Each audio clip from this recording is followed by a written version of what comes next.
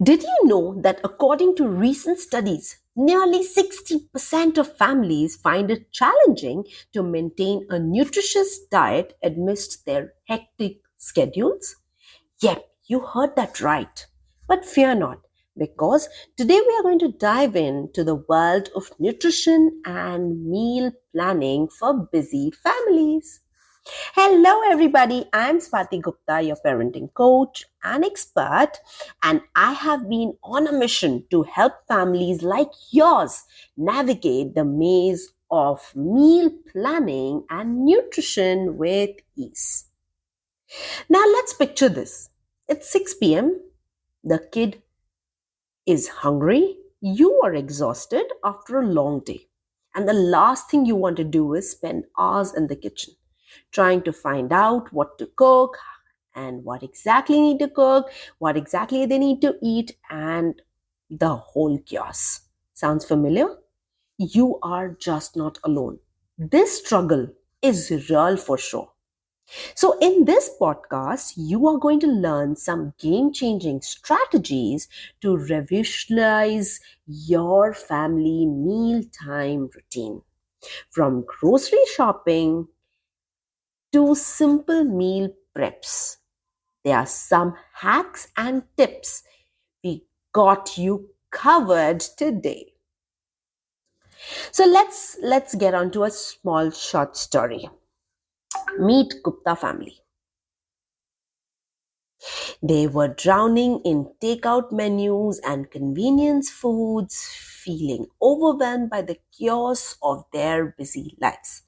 But certain simple steps transformed their mealtime into moments of joy and connection and love.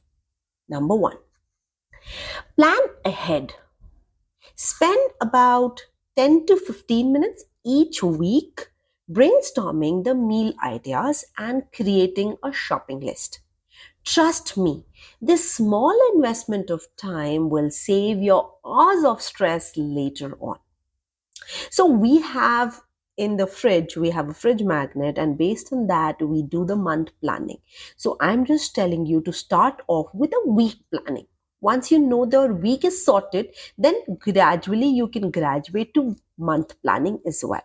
In that meal planning, I want you to jot down breakfast meal, lunch, dinner, as well as evening snacks. So that will help and give you the perspective what you want to cook, and gives the kids perspective what they want to eat. So they are knowing in advance, okay, today we are going to have pav bhaji for dinner, for example, or today we're going to have chole bhature for dinner, or we are going to have paratha and sabzi for dinner, or maybe mixed stuffed paratha for dinner. So all these things make it sorted that, okay, my dinner is sorted. For breakfast, something like maybe upma or poha or vermicelli or maybe idli or maybe appe or maybe utpam. So your breakfast is stop. For lunch, could be chole rice, rajma rice, curry rice, dal chawal, and obviously adding with any one vegetable. Could be, brinjal vegetable, could be, potato vegetable, or tinda, or whatever your house prefers. Like, these are the vegetables which we have. Like with dal rice, we want one dry vegetable. For dinner, even if there is aloo ki sabzi and paratha, we want one dry vegetable, maybe tori, tina, or maybe anything like mixed vegetable. So all these things makes our meals sorted. So once the meals are sorted, then it's easy for us to plan ahead. So first step is plan ahead. Just create a meal tracker, and along with that, on the right side, create a shopping list. Okay, this is the meal tracker and this is the shopping list for the week or for the month, whatever suits you best. That's number one. Step two is embrace simplicity. You don't need to be a gourmet chef to whip up healthy and delicious meals. Focus on recipes with minimal ingredients and quick prep times. Your sanity will thank you for doing that. Now, simple things I use a lot of whistle vegetable. Most of my veggies are made in cooker. That is a pressure cooker. So what happens as soon as I've applied some pressure cooker vegetable, it cooks really fast. So in 15 to 20 minutes, the vegetables are sorted. So try those techniques rather than using a wok. Try using a pressure cooker that fasten the process of cooking the vegetable. Obviously taste and all that, I feel it's 90-20% different. But rest, more or less, it is a good overview of pressure cooker versus wok cooking. Okay, number 3 is get the whole family involved. Turn the meal time into the team effort by assigning age appropriate tasks for your kids. Not only this will lighten up your load, but it will also teach them valuable life lessons. Let me give you an example. Now, suppose if I have to make raita and salad. So, raita and salad is made by my daughter because it's not too complicated.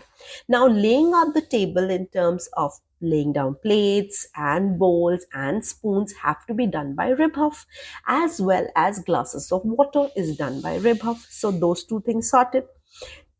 Now, third thing, so this what happens, each and every family member knows and is involved completely in the meal time. Now, if you have a cook, for example, so most of the thing will be cooked by the cook only. Now, the only thing which would be left will be laying the table. That you can get it done by your children maybe. So one of them is laying the table, other one is warming the food and getting the food on the table.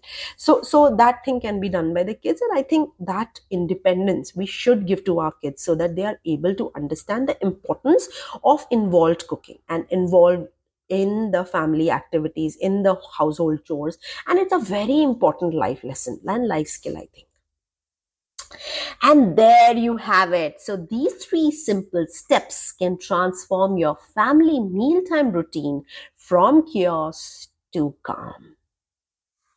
So before we wrap up, I want to leave you with a challenge. This week, commit to try out one new meal planning strategy with your family, whether it being prepping ingredients ahead of time or involving your kids in cooking process.